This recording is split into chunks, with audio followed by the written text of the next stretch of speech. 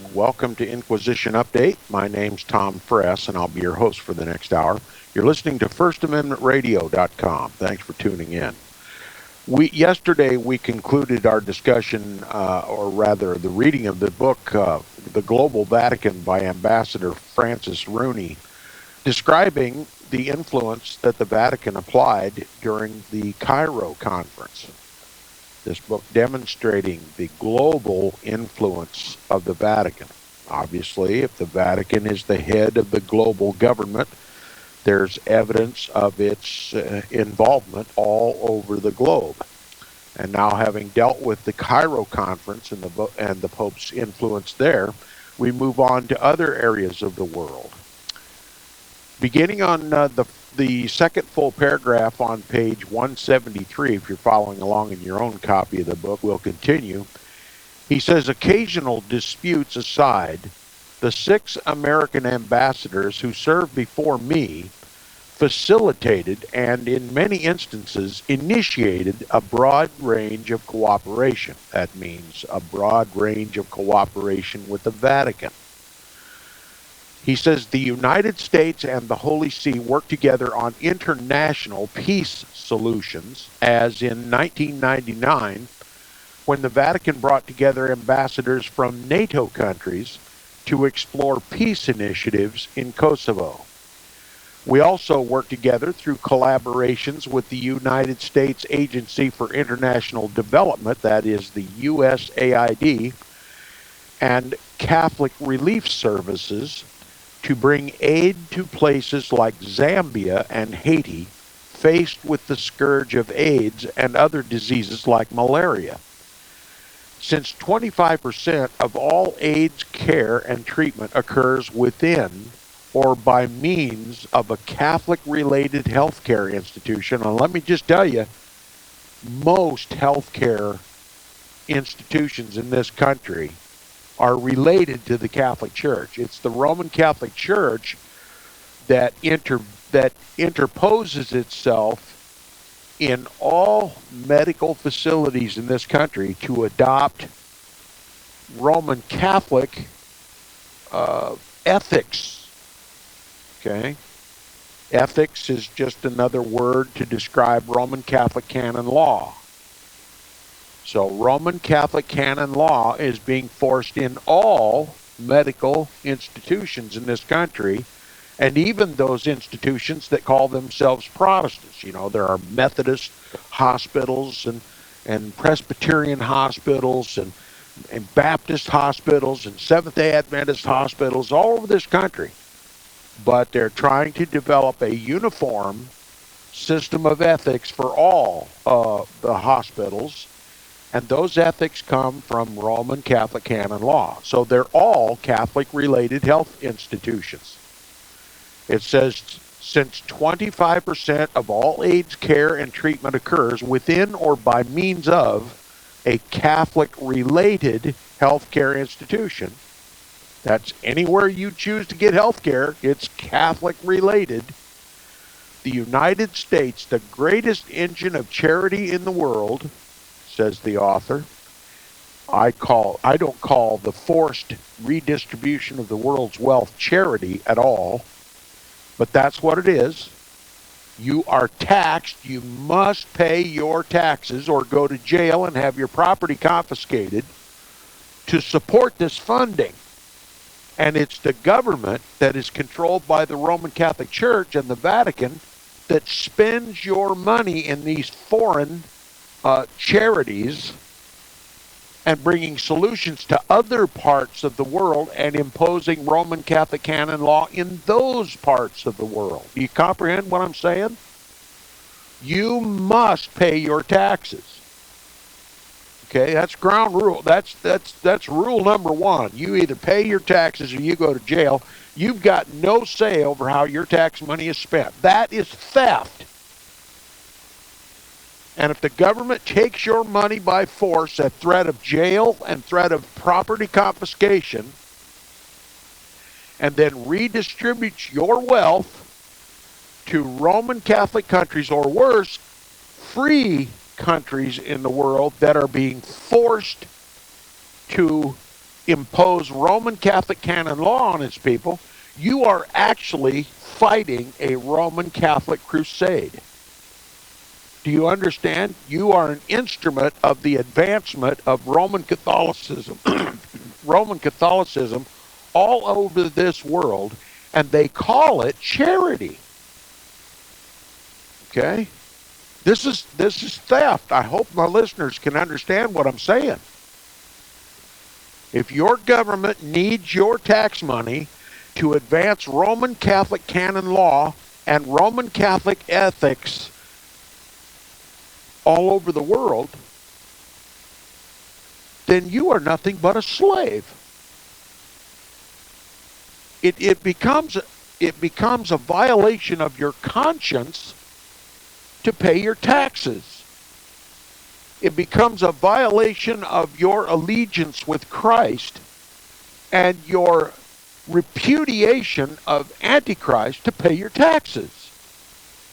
You've got no control over how your money is spent once it leaves your pocket. And if you don't let it out of your pocket to the government, you go to jail.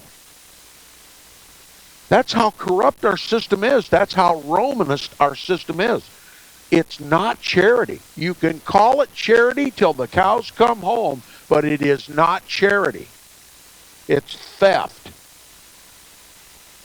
Pure and simple.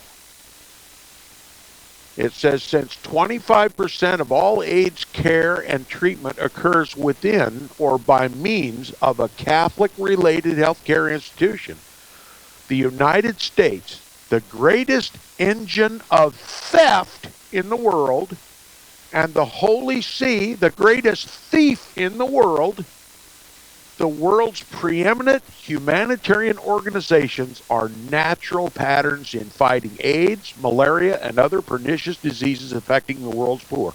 Now, somebody's going to accuse me of not being charitable. Somebody's going to say that Tom is implying that our tax money goes to promote Roman Catholicism and it's not charity at all, and therefore we shouldn't pay our taxes and we shouldn't take care of the sick and the poor around the world. That's not at all what I said. God commands us to be charitable, to do unto others as we would have them to do unto us, but not at the benefit of the advancement of Roman Catholicism and popery around the world, not to the benefit of a global satanic government headed up by the man of sin, the son of perdition in Rome. So the pressure must be put on our government that our money should not go to advance a global government at the cost of our national sovereignty and at the cost of our very faith in Jesus Christ.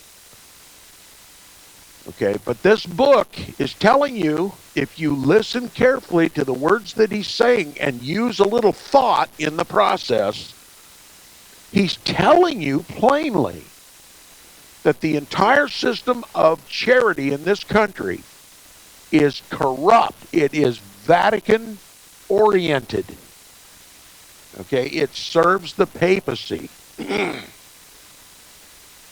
they call it charity. This is consistent with what Pope Benedict XVI wrote in his encyclical Caritas in Veritate, that everything in this world, whether it is privately owned or not, that is your house, your car, your land, everything, has upon it a prior social mortgage.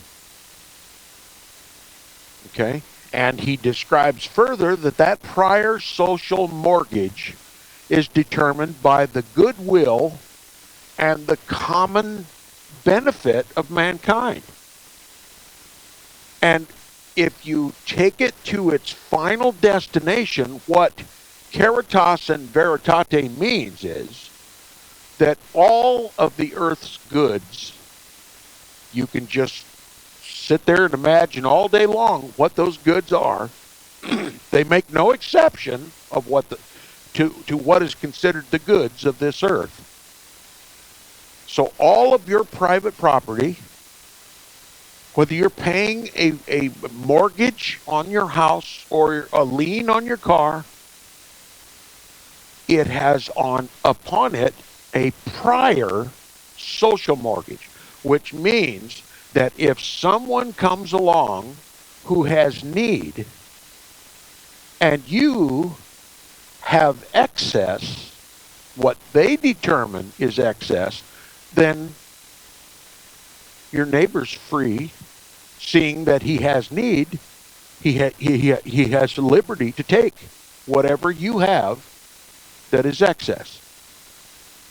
And not only that, but if your neighbor has a neighbor that has need, your neighbor can come and take from what you have and give it to his neighbor. That's caritas in veritate. That's charity and truth. All of the world's goods are shared in common. No one has a perfect ownership of anything, not even your own children. Okay? The state can come in and take your children under any pretense that it can justify. And, well, not even if it can't justify, as in the case of Tony Alamo Christian Ministries. So, now you have a full understanding of what charity represents in the Roman Catholic Church. The Pope, through Caritas in Veritate, Roman Catholic social doctrine, the Pope is made the world's Robin Hood, in a literal sense, not figuratively, literally. He is the arbiter and judge of all matters, civil and religious, and the earth and all of its goods are his and his alone. And that prior social mortgage is managed by the papacy, and it is enforced by the civil power. Remember the description in Revelation chapter 17 of the woman riding the beast representing the government, which carries the woman, the church, the Roman Catholic Church, and she controls the beast. This is exactly the way this manifests in reality.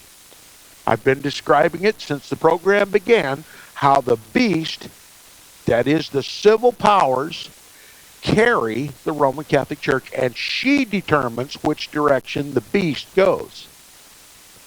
Now, if the Pope says, the head of the woman says that the earth is mine and the fullness thereof, and I can redistribute my wealth as I see fit, and we're going to call it charity, despite God's commandment, thou shalt not steal. So now theft, which is renamed charity under Caritas in Veritate, now becomes the law of God. And the law of God is dispensed with. Thou shalt not steal is dispensed with, done away with. It is the Pope and the civil government that carries her that determines what is theft and what is not. Now, if you have in your possession and ownership anything that you claim is yours, and you deny it to someone who says they have need, then you are the thief. You become the thief, and then you become subject to the civil power, which the Bible says is to reward good and to punish evil. And there also comes with that a warning of those who call good evil and evil good. I hope I haven't confused my listeners, but we dealt specifically with Caritas in Veritate and other papal encyclicals that form the foundation for this godless New World Order, this godless New World Order, this satanic New World Order, this papal New World Order. All right. Now, in the name of charity, we have to help those with AIDS and all malaria and all these other disadvantaged nations. But I ask the question, once that money leaves your hand, what accountability do you have for it? Can you assure me that the government of the United States actually uses that money to help AIDS victims all over the world? malaria victims all over the world? Or is that money diverted, once it's laundered, does it get diverted into buying weapons for the militias around the world that are stirring up trouble to advance Roman Catholic governments around the world? We know of all the wars that have been fought in Africa. That's Rome's attempt to conquer Africa and to make it part of the Pope's New World Order. What crimes are committed in this world by your charitable giving? What sins are cloaked and covered in the name of charity, which you must now concede is not charity at all? It is theft, government-sponsored theft. God didn't command us to do this. This is man's perversion of God's law. And of course, if you're a church-going Christian today, you come to the church and they tell you that God's law is dead. All right? In other words, they've crucified God's law and are elevating the Pope's law. Who are we going to serve? Can we just hide our heads in the sand and pretend this doesn't exist? And somehow gain the favor of our God, who we profess with our mouth, but who we do not serve? This is the great moral question for the United States of America. This book identifies many moral positions that God's people should and ought to take in this world against this woman and the beast upon which she rides. This book is all about how the woman rides the beast, how the Roman Catholic Church controls the governments of the world. All right, this great engine of charity, the United States of America, in cooperation with the Holy See, the world's preeminent humanitarian organization. And if that's not the greatest contradiction in the world, I can't describe one better. Describing the Holy See as the world's preeminent humanitarian organization, our natural partners in fighting AIDS, malaria, and other pernicious diseases affecting the world's poor. So in the name of helping the poor, we're advancing the Roman Catholic canon law, Roman Catholic ethics. Look, and if a government becomes dependent upon the charitable giving of the United States, what happens to that nation if it's withdrawn? What happens to that nation if it's withdrawn? I've already given you the possibility that that money never goes to help the AIDS patients, but a good portion of it is funneled off to help arm militias. Okay, that's the history of the Roman Catholic Church. You took church money and goods that were given to the church by Roman Catholics to wage crusades. That's how the Pope spent their money. To conquer all lands for the Pope. To persecute the Waldenses. Is that what our charitable money is used for? To persecute real Christians in these foreign lands? Can you show me any evidence that it's not?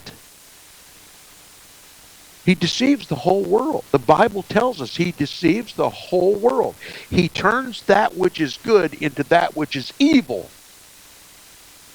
And our government assists. It is their primary occupation to serve the papacy, to advance this global government of the Pope, and to do it in the name of charity.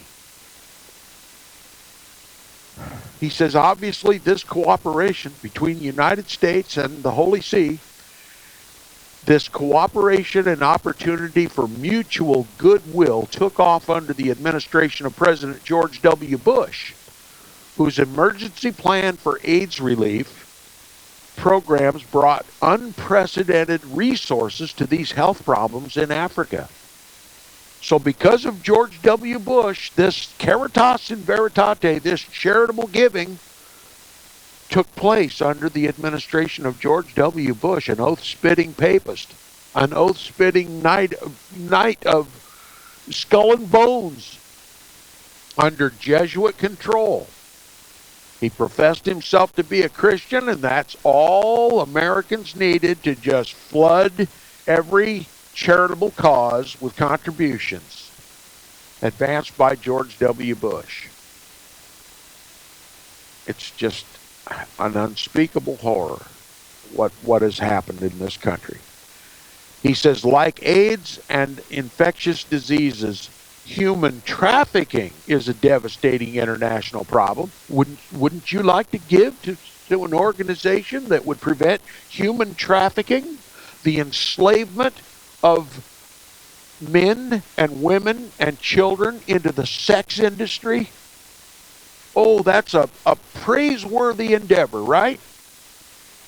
Do you give then to a Roman Catholic charity to do that when its priests are pedophiles? When its priests are global pedophiles, that every nation in the world has raised this outcry of priest debauchery of children in schools and in healthcare institutions.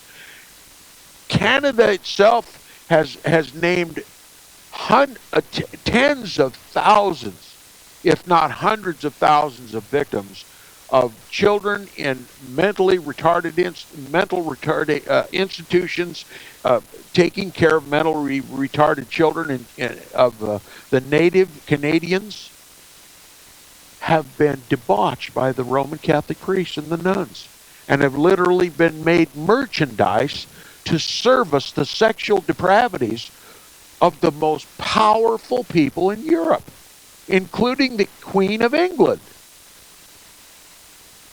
This book, written by this Roman Catholic author, is going to tell us now that the greatest moral authority in this world is primarily concerned about human trafficking. And you're going to believe it too, when it has an 1,800-year history of abusing God's people, men, women, and children.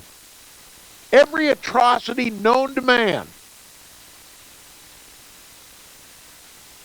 The world's going to believe it, that this Pope is a moral power in the world, and he's so concerned about human trafficking. He says, like AIDS and infectious diseases, human trafficking is a devastating international problem, though it often receives less attention than other crises. An estimated 27 million people are victims of trafficking worldwide. Wonder how Rome knows this. Just ask yourself the question, how does Rome know how many people are involved in this sex trafficking business? He says an estimated 27 million people are victims of trafficking worldwide. By far the highest rate of trafficking occurs in Asia and the Pacific region, but Africa has a growing problem. Lest Westerners dismiss this as a foreign scourge rather than domestic. Listen, it's a domestic scourge in the United States of America. And that scourge was made public back in the 90s, the 80s and 90s. Roman Catholic priests. You know, what was the other book? I haven't read it on Inquisition Update yet, but it was the Franklin cover-up. If you've known anything about the Franklin cover-up, that was run out of Omaha, Nebraska. And the center of all the attention was the Roman Catholic charity called Boys Town, a refuge for boys. And it was members of Boys Town that were trafficked. And part of that trafficking even took place in Washington, D.C. And in payment, these trafficked children got a free tour, a free midnight tour of the White House. And it was even publicized in the paper. Are your eyes getting open? We'll be back right after this.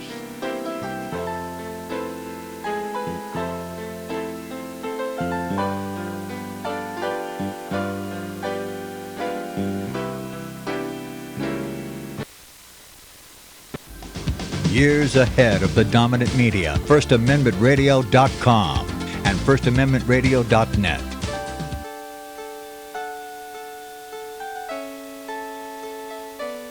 The program you are listening to is 100% sponsored by you, the listener, on this First Amendment Rights Media channel. You will notice that there are few commercials on this radio network. There's a good reason for that. Corporate advertising dollars come with strings that limit program content. So without your help, these programs cannot continue on internet or our several affiliates. If you benefit by the educational law programs, we ask you to give. If you are admonished or nurtured by the Bible and ministry programs, we ask you to give.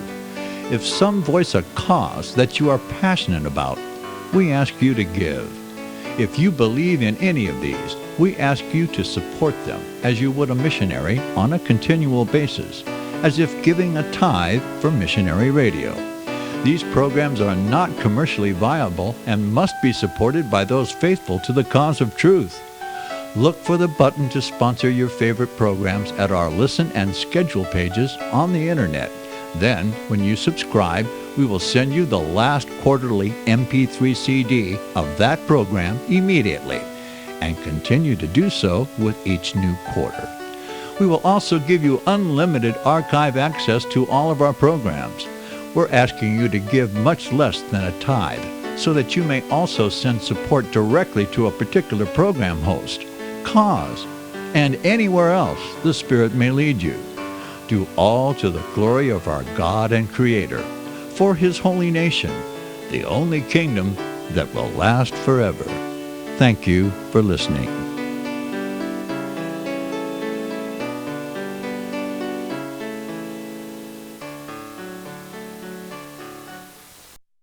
Visit crosstheborder.org, CROSS, crosstheborder.org, to get your print, EPUB, or PDF version of the book, The Rapture Will Be Canceled. That's crosstheborder.org. I know you all want answers, and believe me, so do I, and I'll do my best to get them. Despite Nicolas Cage's promise to do his best to get left behind rapture answers for us, don't hold your breath. Not everyone believes Left Behind is true prophecy. Some may even regard as conspiratorial the mainstream re-release of the Left Behind movie with actor Nicolas Cage portraying the main character as an attempt to further reinforce in the minds of all this perception of false prophecy in order to condition the masses for the play about to begin. If you want true Bible prophecy answers, get the book, The Rapture Will Be Canceled. The author exposes the Latin rapture origin, the 7-year tribulation deception, true Bible revelation of Daniel's 70 weeks, the abomination of desolation, the restrainer, America in the Revelation, the image of the beast and the mark of the beast, and the truth about God's chosen people, and so much more about Bible prophecy. This book will shatter the Left Behind paradigm of future events. Get the book, The Rapture Will Be Canceled. Visit crosstheborder.org, CROSS, crosstheborder.org, to get your print, EPUB, or PDF version of the book, The Rapture Will Be Canceled. That's crosstheborder.org.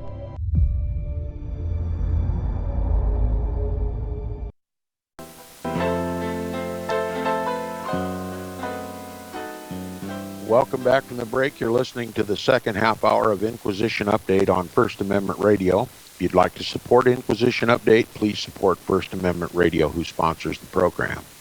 And if you'd like to contact me directly, please do so by email. My email address is tom@seawaves.us. tom@seawaves.us. All right, the subject is human trafficking, a great moral concern for the papacy. Why is it a moral concern for the papacy? Well, because it doesn't want the world to find out that Rome actually runs human trafficking around the world, just like Rome runs the drug trade. Okay? I mean, how easy is it to trust an organization that claims to be so concerned about the moral implications of human trafficking and wants to do something about it, when nobody is allowed to realize that the papacy runs it. Okay? You think that's an outrageous accusation? Just study some of the history of the Roman Catholic papacy. I recommend the book Vicars of Christ, The Dark Side of the Papacy, actually written by a Jesuit priest, of all people. That's right, Vicars of Christ, The Dark Side of the Papacy. You can get it for a few bucks on eBay, a used copy, just a few bucks. You can also get a copy of The Franklin Cover-Up, a book that I highly recommend, but give a caution. It's very, very intense. It's very, very revealing, and that book is liable to offend a lot of people. But the primary concern I have about that book, The Franklin Cover-Up, is that its author is Roman Catholic, and the people that he lauds in his book, like the director of the CIA, he too is a Roman Catholic. Not only that, but a Knight of Malta.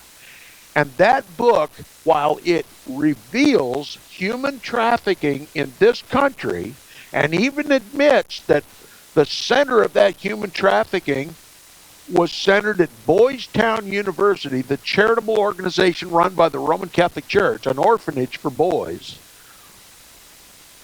they covered up any liability of Boys Town or the priest that runs Boys Town. Now, if you're in the mood to learn some of the nuts and bolts operation of the Roman Catholic Church in human trafficking, I highly recommend the book. Given the cautions that I've already given you about that book, get a copy of The Franklin Cover-Up.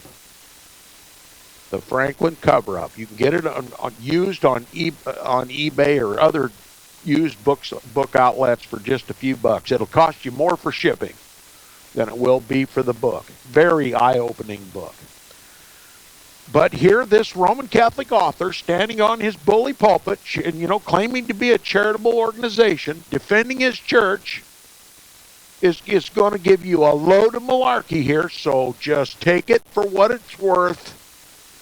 He said, like AIDS and infectious diseases, human trafficking is a devastating international problem. Why is it an international problem? Because the Roman Catholic Church is global.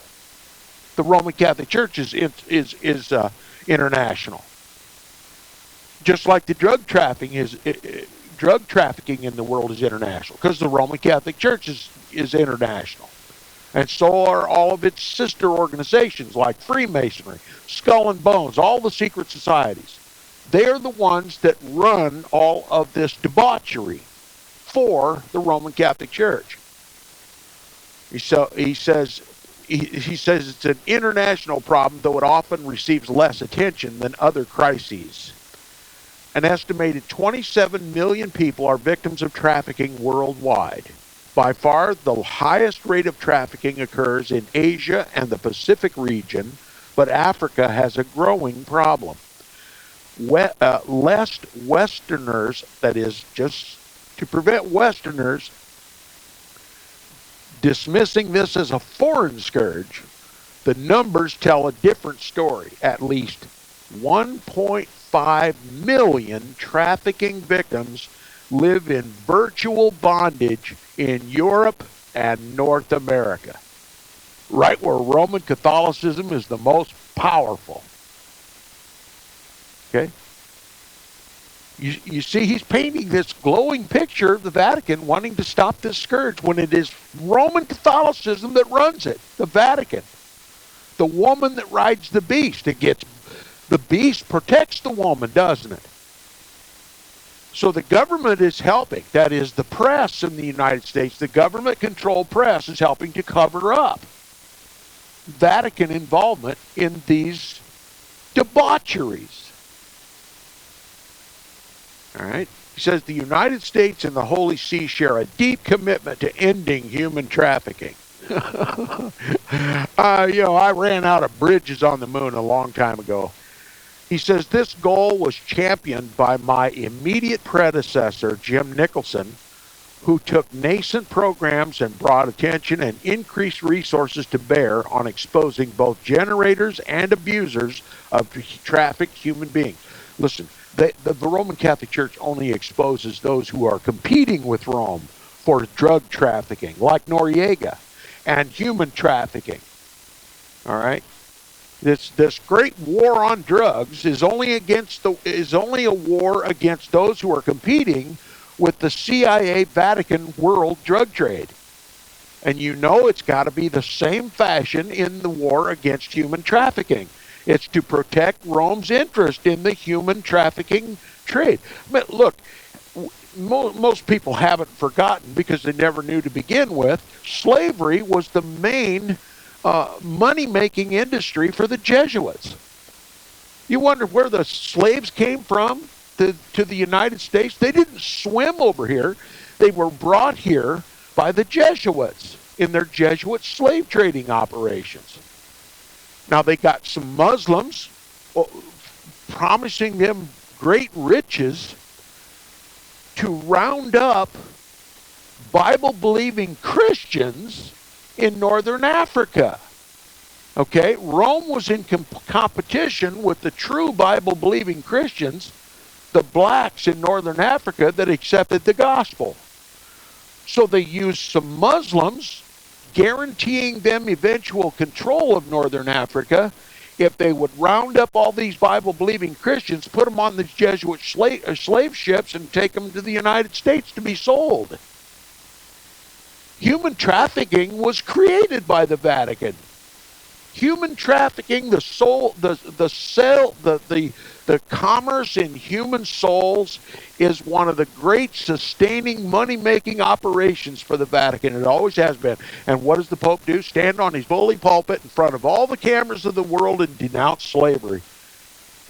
And some of the descriptions that I'm making about, especially our recent discussion about how your taxes are confiscated by the government and used to advance this global government around the world and persecute God's people, don't you feel like a slave?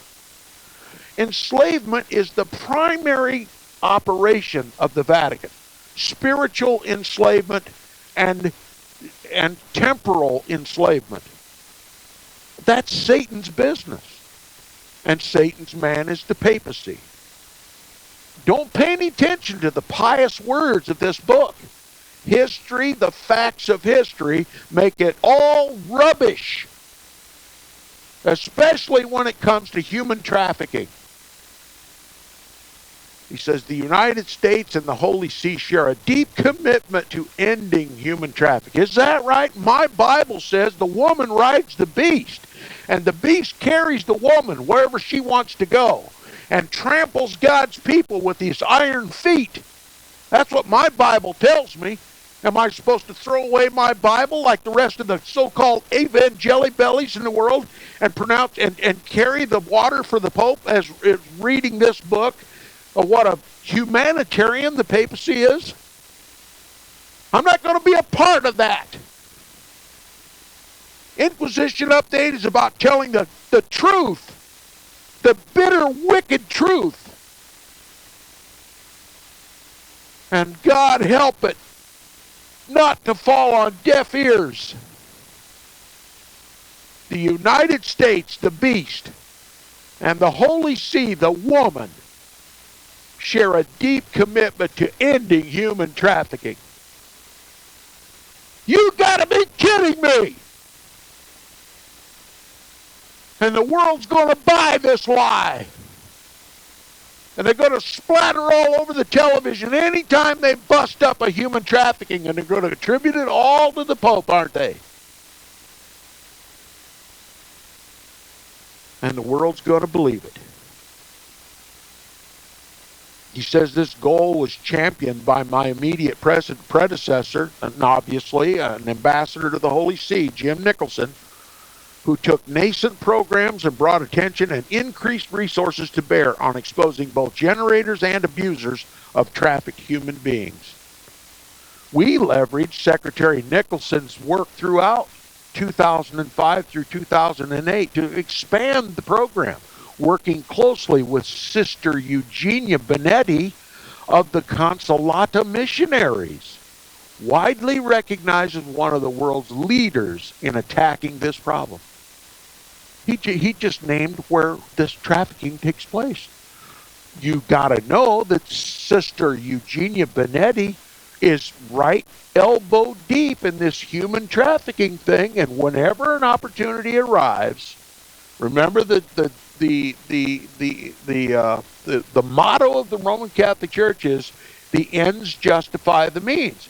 And if human trafficking can benefit the Roman Catholic Church, well, then it's all good. All right? He's putting on a pedestal Eugenia Benetti, this nun of the Roman Catholic Church, but you better believe she's no one to be lauded.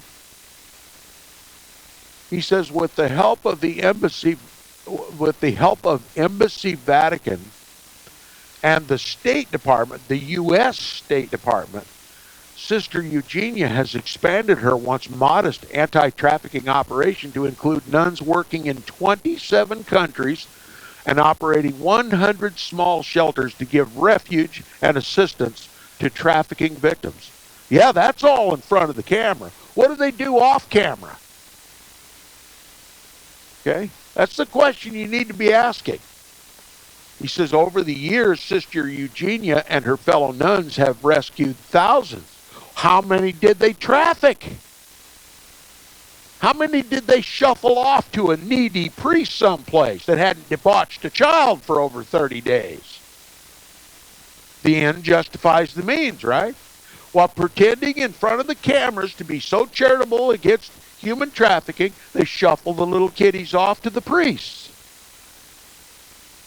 Okay? What crimes are done in the name of charity in this world? Look, I'll tell you something. When a dime leaves my pocket to help somebody, I carry that dime myself and deliver it to the hand that needs it. And if I want to remain anonymous, I find another secure way to make sure my money goes where it belongs. I don't support any organized charitable organization. They never give an account of where that money goes.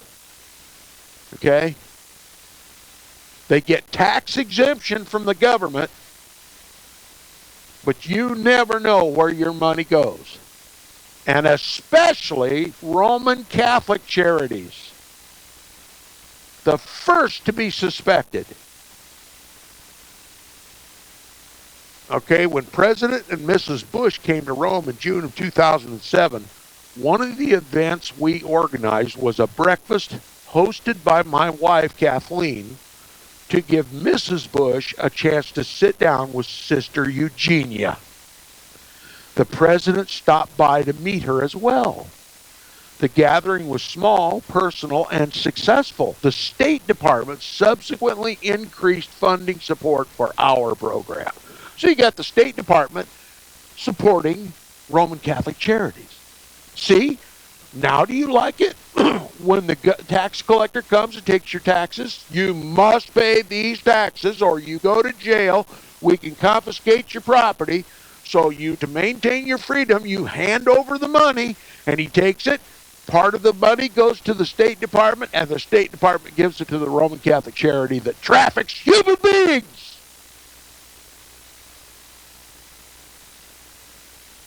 You see how you're enslaved?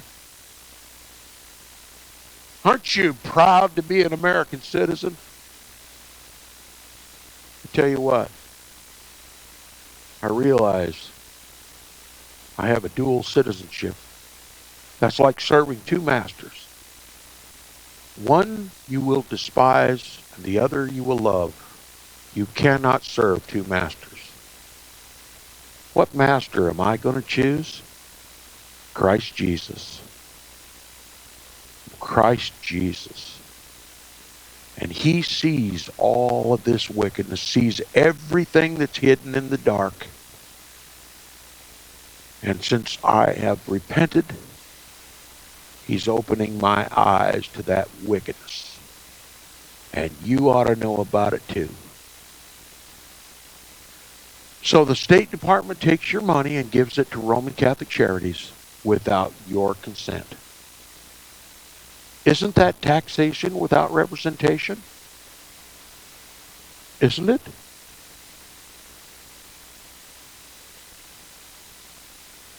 The work we did with the Holy See on trafficking was motivated by human compassion for the victims, but also by a broadly shared commitment to the concept of inalienable human rights. Oh, yes. The United States and the government and the Pope are all concerned about inalienable rights. Did you know the Patriot Act stripped you of every inalienable right? You don't have Caritas and Veritate strip you of all private property? Are you going to believe this author when he says that the Holy See has a shared commitment with the government of the United States about inalienable human rights? The world will believe it. Will you believe it? He says, for the United States, the country which first explicitly encoded such rights as laws. You know who encoded those rights? The Protestant colonies. They're not in control anymore. The Roman Catholic Church is in control. Since Vatican Council II and the surrender, the capitulation by Protestants, Rome now controls the Constitution and how it's interpreted, especially when she has a supermajority of Roman Catholics on the Supreme Court. Now, it doesn't matter what they say out of their mouths on television. It's how the law is being applied, how the Constitution is being applied in this country. And you have no right to religious liberty. You have no right to freedom of speech. And I've experienced it myself on ham radio. If I talk about these things on ham radio, they jam me to oblivion and nobody can hear a word I say. And then they go after attacking my wife, me personally, try to destroy our reputation, the credibility, and absolutely make me a pariah. Defamation of character, slander, every tactic in the book. Until to the point where if I don't shut up on ham radio, people believe they're doing God's service to maliciously interfere with those transmissions so nobody can hear me. Do you know the government can come in your house at 3 o'clock in the morning without knocking, without a warrant, take you without your permission, hold you in a holding facility, deny you legal representation, and keep you there for as long as they want to, till your bones bleach in the sun? How is that not a violation of inalienable human rights? Do you know who used to do all that in the old world order? The papacy and the governments which it controlled. Came into the house 3 o'clock in the morning, hauled you out of bed, maybe debauched your wife and daughter and let you watch, and then haul you off to prison at the Inquisition and keep you without any charges, keep you without legal representation, torture you until they got a confession, and if you didn't confess, they killed you. Whoa, what's the difference? The New World Order is simply the Old World Order restored. It's the government that's going to impose Roman Catholic canon law on us heretics. Okay?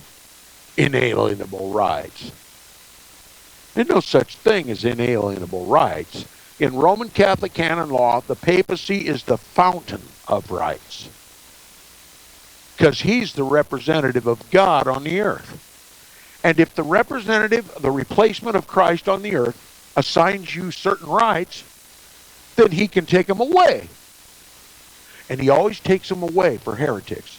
And you know who heretics are by definition in Roman Catholic canon law? Those who believe the Bible. And your government has adopted Roman Catholic canon law. That was the Patriot Act. It strips you of all Protestant rights.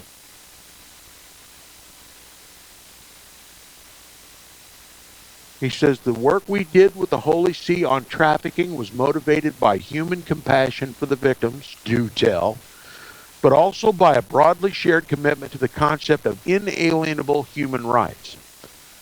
For the United States, the country which first explicitly coded such rights and laws, joined by the Holy See to assiduously and constantly curb violations of basic liberties around the world, wherever and in whatever form they arise, makes for a natural and potent alliance.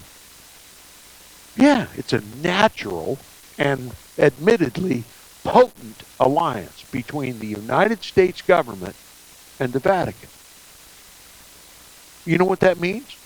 In plain English, the United States government is helping to bring about a totalitarian government by the papacy. A global totalitarian government by the papacy. You see, Satan's going to get his wish. He's going to exalt his throne above the stars of God. He's going to be like the Most High. And he's going to do it through the papacy with the help of the United States government. Can you do the math? Can you think? Think in terms of what the Bible has revealed to us. A vivid color picture in Revelation chapter 17 undeniably identifies the papacy and the Roman Catholic Church as the beast of all beasts.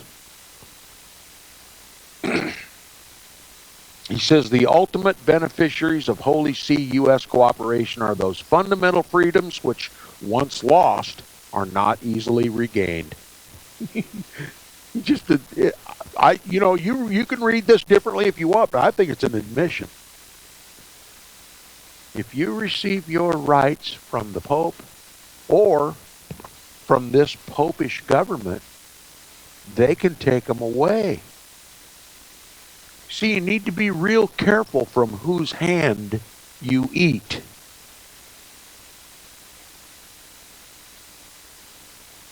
Kind of like Shadrach, Meshach, and Abednego. Kind of like Daniel. He wouldn't eat from the king's meat. What lessons we can learn from God's prophet. He says the ultimate beneficiaries of Holy See U.S. cooperation are those fundamental freedoms which, once lost, are not easily regained. You know, the Waldenses lost their freedoms. They lost their rights. And they didn't regain any, not until the Protestant Reformation. Not until the Protestant Reformation, when virtually all of Europe, even the Roman Catholic countries of Europe, were eventually eased from Roman Catholic papal control.